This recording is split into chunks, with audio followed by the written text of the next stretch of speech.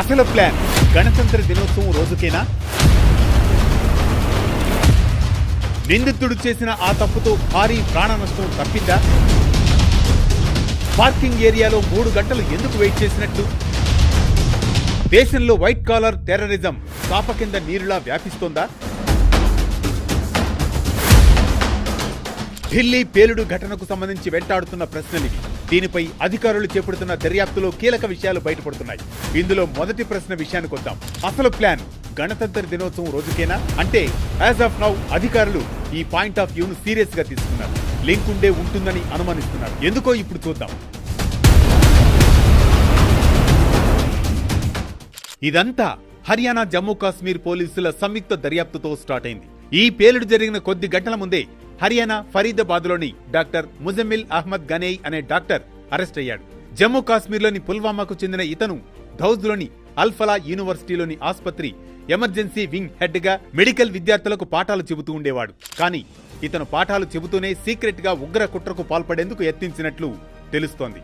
పిస్టోల్స్, chemicals, electronics, 358 kg ammonium nitrate సహా ఇతను నుంచి రాబట్టిన సమాచారంతో 2900 కిలోల పేలుడు పదార్థాలను అధికారులు స్వాధీనం చేసుకున్నారు. ఇక ఇతనితో పాటు మరో 7గురిని అరెస్టు చేశారు.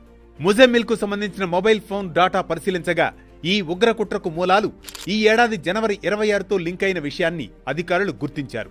జనవరి 26న గణతంత్ర దినోత్సవం సందర్భంగా ఎర్రకోట వద్ద పేలుడుకు పాల్పడడం అనేది వీళ్ల మెయిన్ ప్లాన్ అని, ఇందులో ముజమ్మిల్ ఇప్పటికే ఎర్రకోట వద్ద పేలుడికి కారకుడిగా అనుమానిస్తున్న ఉమర్ నబీతో కలిసి జనవరిలో అనేక సార్లు ఎర్రకోటలో రెక్కీ నిర్వహించినట్లు దర్యాప్తులో తేలింది. కానీ అప్పుడు కట్టుదిట్టమైన భద్రతా నిఘా వల్ల వాళ్ల ప్లాన్ ఫెయిల్ అయిందని అధికారులు చెబుతున్నారు. వరుస అరెస్టుల నేపథ్యంలో ఉమర్ ఈ పేలుడుకు పాల్పడి ఉండవచ్చునని ఇన్వెస్టిగేషన్ ఏజెన్సీలు అనుమానిస్తున్నాయి. అయితే అక్టోబర్ 31 నుంచి ఉమర్ ఫోన్ స్విచ్ ఆఫ్ లోనే ఉండడం అనుమానాలకు దారితీస్తోంది. ఇది ప్లాన్డ్ అటాకేనా? ఒకవేళ అదే నిజమైతే ఉమర్ మిగతా సూత్రధారులతో ఎలా కమ్యూనికేట్ చేసినట్లు? ఆల్టర్నేట్ గా ఏదైనా చిన్న బర్నర్ ఫోన్ వాడాడా? వాడితే అదేమైనట్లు? ఈ పేలుడులో కాలిపోయిందా? మొదలైన అన్ని కోణాల్లోనూ అధికారులు దర్యాప్తు చేస్తున్నారు. అయితే ఉమర్ చేసిన చిన్న తప్పిదం భారీ ప్రాణ నష్టాన్ని తప్పించిందని అధికారులు భావిస్తున్నారు. ఎందుకంటే ఎర్రకోట పార్కింగ్ ప్లేస్ లో పేలుడుకు పాల్పడాలనేది ఉమర్ ప్లాన్. సాధారణంగా అయితే ఈ ప్రాంతం చాలా రద్దీగా ఉంటుంది. కానీ అది సోమవారం కావడం రెడ్ ఫోర్ట్ క్లోజ్ అయింది. దీంతో ఆ ప్రాంతం కూడా ఖాళీగా ఉంది. పార్కింగ్ ఏరియాలోకి ఎంటర్ అయ్యే వరకు ఉమర్ కు ఈ ఆలోచన తట్టి ఉండకపోవచ్చునని, దీంతో ఉమర్ కంగుతిని ఉండవచ్చునని అధికారులు అనుమానిస్తున్నారు. మధ్యాహ్నం 3:19 ఎంటర్ అయి 3 గంటల వెయిటింగ్ తర్వాత సాయంత్రం 6:28 బయటకు వచ్చిన ఉమర్ I-20 కారును పక్కనే ఉన్న నేతాజీ సుభాష్ మార్గ్ లో